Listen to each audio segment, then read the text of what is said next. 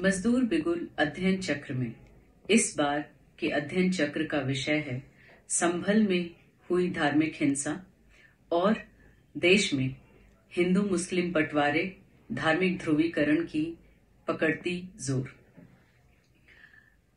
संभल की घटना के बारे में आप में से कई लोगों ने अखबारों चैनलों में देखा होगा कि वहां पर हिंसा हुई है, और अगर आपने जी news, Aaj Tak, Republic TV, Times now, India TV, NDTV, in news चैनलों को अगर आप देख रहे होंगे तो उन न्यूज चैनलों पर सीधे सीधे दंगा भड़काने और हिंदुओं के धार्मिक भावनाओं को ठेस पहुंचाने जैसी बातचीत पे लगातार खबरें आ रही होंगी।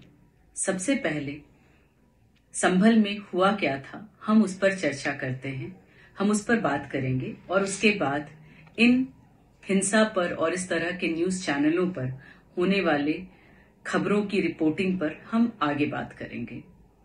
संभल में 19 नवंबर को एक निचली अदालत ने जामा मस्जिद, जो वहां के मुगल कालीन शाही जामा मस्जिद है, उसके संबंध में एक याचिका की सुनवाई करते हुए यह आदेश दिया कि जामा मस्जिद में सर्वेक्षण किया जाएगा।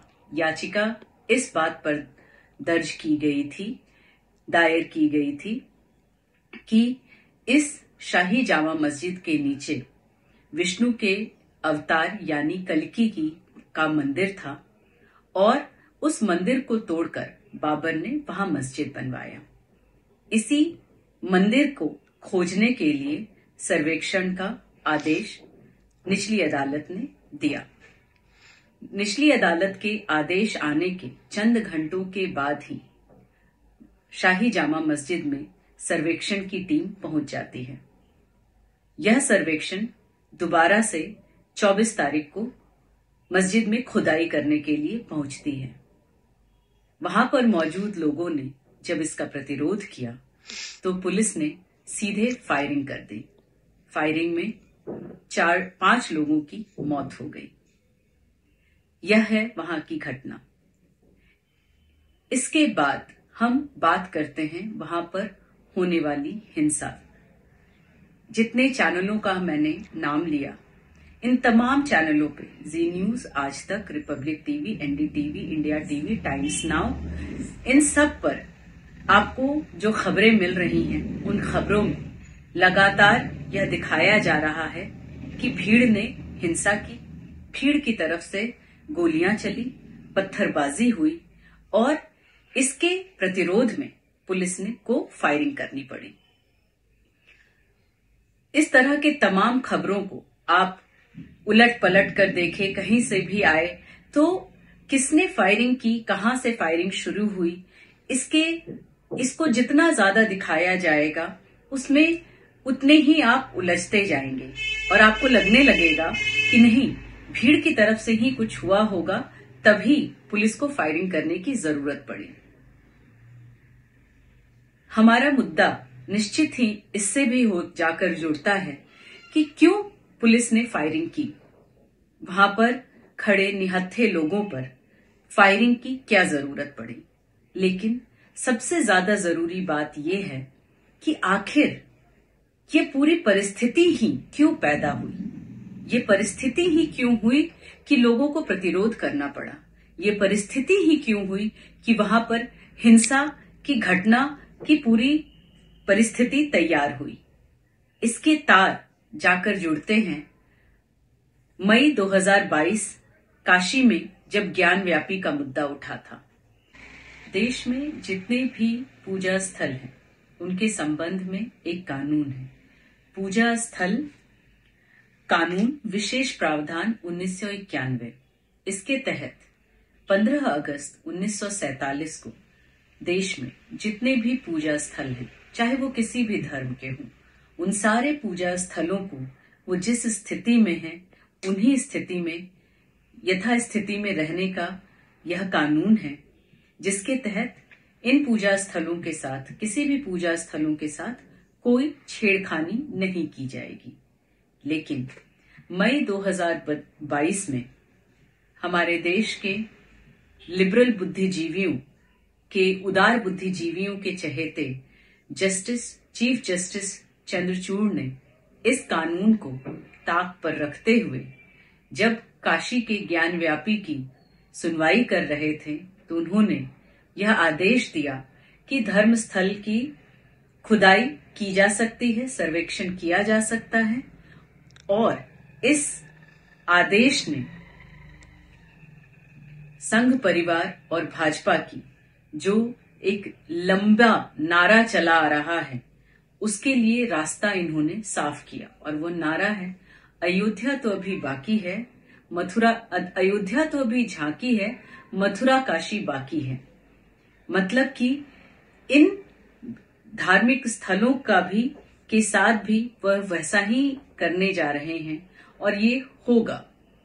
और इसी का एक परिणाम है अभी संभल में कि एक निचली अदालत भी अब आदेश दे सकता है कि कोई भी धर्म स्थल के ऊपर अगर कोई सवाल उठाता है तो उसके सर्वेक्षण, उसकी खुदाई का आदेश कोई भी अदालत अब दे सकता है। आप समझ ही सकते हैं कि यह कितना खतरनाक है। एक तरह से संघ परिवार को बारूद की पेटी चीफ जस्टिस चंद्रचूड़ ने सौगात के रूप में दे दी है। उन्हें जो हर दूसरे दिन दंगे भड़काने, तो लोगों को जाति और धर्म के नाम पर बंटवारा करने की जो राजनीति करते हैं, उनके लिए एक कानूनी हथियार उन्हें मिल गया है। आप सब गंभीरता से सोचिए कि इससे क्या फर्क पड़ता है कि किसी भी धर्म स्थल के नीचे इसके पहले क्या था। इसे जानकर या उसे तुड़वाकर नया कुछ बनाकर इस देश की 80% आबादी, जिसमें बड़ी आबादी मजदूरों की है, उनकी जिंदगी में इससे क्या फर्क पड़ेगा।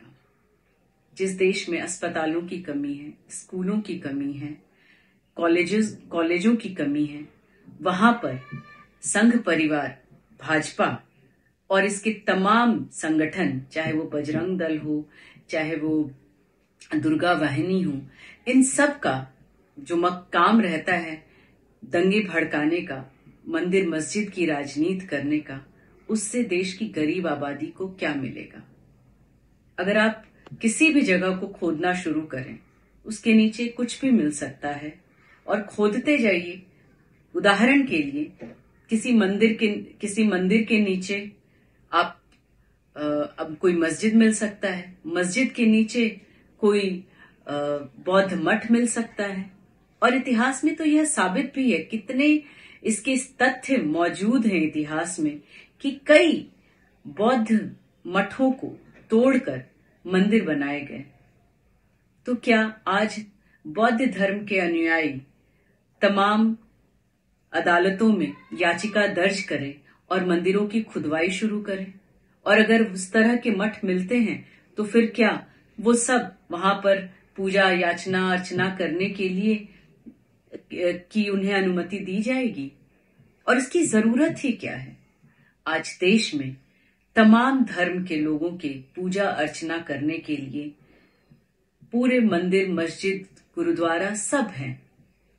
अगर नहीं है तो देश के गरीबों के लिए अस्पताल, अगर नहीं है तो देश के गरीबों के बच्चों के लिए स्कूल कॉलेज नहीं है, तो देश में लोगों के घर रहने के लिए घर नहीं है। आप समझिए इस राजनीति, इस बंटवारे की राजनीति को। अगर हम देखें कि अभी जिन चीजों पर देश में, जिन मुद्दों पर हमारी और आपकी जिंदगी में परेशानियां और दिक्कतें बढ़ रही हैं, उनके ऊपर इन तमाम न्यूज चैनलों में कोई चर्चा नहीं होती। चर्चा नहीं होती बिठाकर बड़े बड़े एक्सपर्ट्स को कि महंगाई क्यों बढ़ रही है, क्यों 25-30 रुपए एक बार में दाल के दाम, तेल के दाम, आटे और आलू के दाम, टमाटर और सब्जियों के दाम क्यों बढ़ रहे हैं, पेट्रोल के दाम इतनी तेजी से क्यों बढ़ रहे हैं। इसके ऊपर चर्चा नहीं मिलेगी। आपको कोई चर्चा नहीं मिलेगी कि देश में स्वास्थ्य की सुविधाओं की क्या हालत है, सरकारी स्कूलों में बच्चों की पढ़ाई की क्या स्थिति है, लेकिन तुरंत देश में किसी भी मंदिर, किसी भी मस्जिद को खोदकर उसके नीचे कौन सा मंदिर था, इसकी जानकारी के बारे में या इस पर चर्चा करने के लिए आपको ये सारे चैनल मिल जाएंगे। देश में अभी एक नया नारा बुलंद हुआ है और वो नारा संघ परिवार और भाजपा का प्रिय नारा बन गया है। वो है बटेंगे तो कटेंगे। हिंदुओं को कहा जा रहा है कि एक हो जाइए। जब संभल में शाही जामा मस्जिद का मुद्दा जबरदस्ती का यह मुद्दा बनाया गया, तो उस समय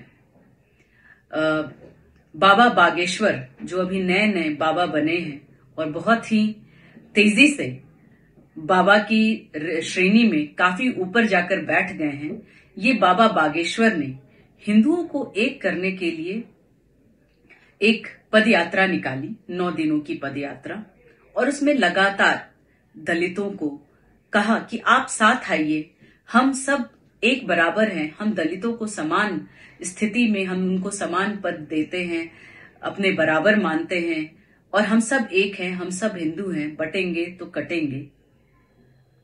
आप पूछिए इन बाबा बागेश्वर से कि जब अभी 26 नवंबर को ही उनके ही राज्य मध्य प्रदेश में एक दलित व्यक्ति जब ऊंची जाति के लोगों के हैंडपंप से पानी अपने खेत में डालता है, तो उस ऊंची जाति, खासकर वहीं के जो सरपंच हैं, उन्हीं का वो हैंडपंप था और सरपंच और तमाम सरपंच के लोगों ने मिलकर उस दलित व्यक्ति को इतनी बुरी तरह पीटा कि वह मर गया, उसकी हत्या की गई, बस इसलिए क्योंकि वो दलित है। तब बटेंगे तो कटेंगे बाबा बागेश्वर सड़कों पर पदयात्रा करने क्यों नहीं निकले, कि क्यों बांटा जा रहा है जाति के नाम पर। अभी पिछले अक्टूबर महीने की ही बात है, उत्तर प्रदेश में ही दलित महिला के साथ छेड़खानी होने के मुद्दे का सामने आने पर परिवार वालों ने पुलिस में जाकर इसके खिलाफ शिकायत लिखवाई। शिकायत के बाद ऊंची जाति जिन्होंने इस दलित महिला के साथ छेड़खानी की थी, वो उन लोगों ने मिलकर इस पूरे दलित परिवार की हत्या कर दी। पुलिस उनका पूरा साथ देती है। तब बाबा बागेश्वर सड़कों पर यात्रा करने क्यों नहीं निकले कि हम तो बट रहे हैं, ये हिंदुओं को बांटा जा रहा है, या फिर जिन दलितों को आज वो गले लगा रहे हैं उनके साथ यह जाति उत्पीड़न की घटना पर बाबा बागेश्वर चुप क्यों थे। इंद्र मेघवाल को हम कैसे भूल सकते हैं। 8 साल का वो मासूम बच्चा राजस्थान में, उसे उस स्कूल के अध्यापक ने बस इसलिए इतनी बुरी तरह से पीटा कि उसकी मौत हो गई। क्यों? क्योंकि उसने उस अध्यापक का पानी का घड़ा छू दिया था। ऐसे तमाम घटनाओं पर बाबा बागेश्वर क्यों यात्रा नहीं निकालते हैं? वो निकाल नहीं सकते। उन्हें सिर्फ और सिर्फ हमारे आपके घरों में जो नौजवान बेटे बेटियां हैं, उनमें दंगाइयों की भर्ती दिखती है। उन्हें वो इसलिए भड़काते हैं, लोगों के धार्मिक भावनाओं के साथ वो इसलिए खिलवाड़ करते हैं क्योंकि ये तमाम हिंदू धर्म की रक्षा, हिंदू राष्ट्र के निर्माण में मरने का काम, कटने का काम इन गरीब घरों से होता है। आप अभी भी संभल की घटना जो हुई है, उनमें जितने लोग भी मारे गए हैं या जिन घरों पे घायल लोग हैं, आप जाकर देखिए, ये सब गरीब लोग हैं। दंगा, इस तरह के तमाम जो मुद्दे उठाए जाते हैं धर्म के नाम पर, जो भावनाओं को भड़काकर सड़कों पर जो दंगे होते हैं, उनमें कभी भी पैसे वालों के बेटे बेटियां नहीं होते। मरते हैं, चाहे वो हिंदू हों चाहे वो मुसलमान हों, मरते गरीब ही हैं। तो इस राजनीति को समझिए कि आखिर क्यों, जब देश में 32 करोड़ नौजवान बेरोजगार हैं। 3000 बच्चे हर दिन भूख और कुपोषण से मर रहे हैं। जहां स्कूलों में पढ़ाने के लिए शिक्षक नहीं है, अस्पताल आप भी जानते हैं एम्स और सफदरजंग के हालात, और हमारे मोहल्ला क्लिनिकों में कौन सी सुविधाएं उपलब्ध हैं। ऐसी स्थिति में इन समस्याओं को दरकिनार किया जा सके या हम और आप इन समस्याओं को लेकर सड़कों पर ना उतरे, सत्ता से, सरकार से सवाल ना करें, तो हमें धर्म के नाम पर, जाति के नाम पर, भाषा के नाम पर बांट दिया जाता है।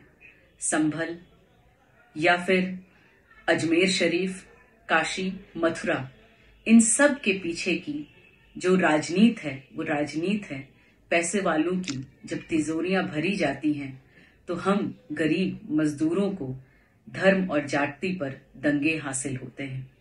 और अगर नहीं तो क्यों आज जब अडानी के ऊपर करप्शन के या रिश्वत देने के आरोप अमेरिका ने लगाए, और छोटी मोटी रकम नहीं, 2260 करोड़ रुपए की रिश्वत देने का आरोप, और जिसके लिए उनके ऊपर मुकदमा चल रहा है अमेरिका में, और उनकी अरेस्ट की बात हो रही है, उन्हें गिरफ्तार किए जाने की बात हो रही है, तब देश में अडानी के ऊपर कोई बातचीत नहीं हो रही है। अमेरिका के ही एक अखबार की रिपोर्ट के अनुसार, जिसमें कहा गया है, और ये रिपोर्ट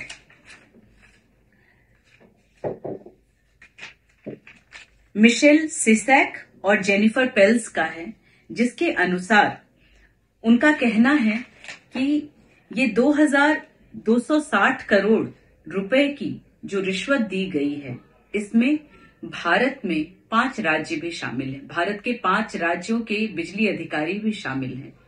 यह जो रिश्वत दी गई है अडानी ग्रीन, जो कि रिन्यूएबल एनर्जी यानी अक्षय ऊर्जा, जो सोलर एनर्जी है, जो सोलर ऊर्जा है, उसके तमाम जो संयंत्र या फिर उसके जो प्लांट्स लगने थे, उसका कॉन्ट्रैक्ट अडानी ग्रीन को मिला और मिलना था।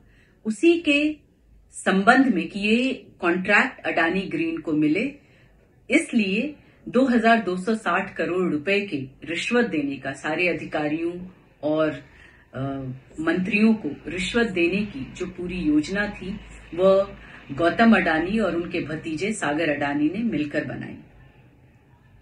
इसके ऊपर देश में चर्चा ना हो। असल मुद्दा है देश की मोदी सरकार और संघ परिवार मिलकर जिन बातों को छुपाना चाहते हैं या जिन पर पर्दा डालना चाहते हैं, वह असल बातें हैं कि देश के जो बड़े बड़े पूंजीपति हैं, उन्हें हमारे देश के संसाधन, जल, जंगल, जमीन औने पौने दामों में मुनाफा पीटने के लिए दिया जा रहा है। अभी आपको जानकर आश्चर्य होगा कि पिछले 10 सालों में मोदी सरकार ने देश के पूंजीपतियों के 14.5 लाख करोड़ रुपए लोन माफ किए हैं।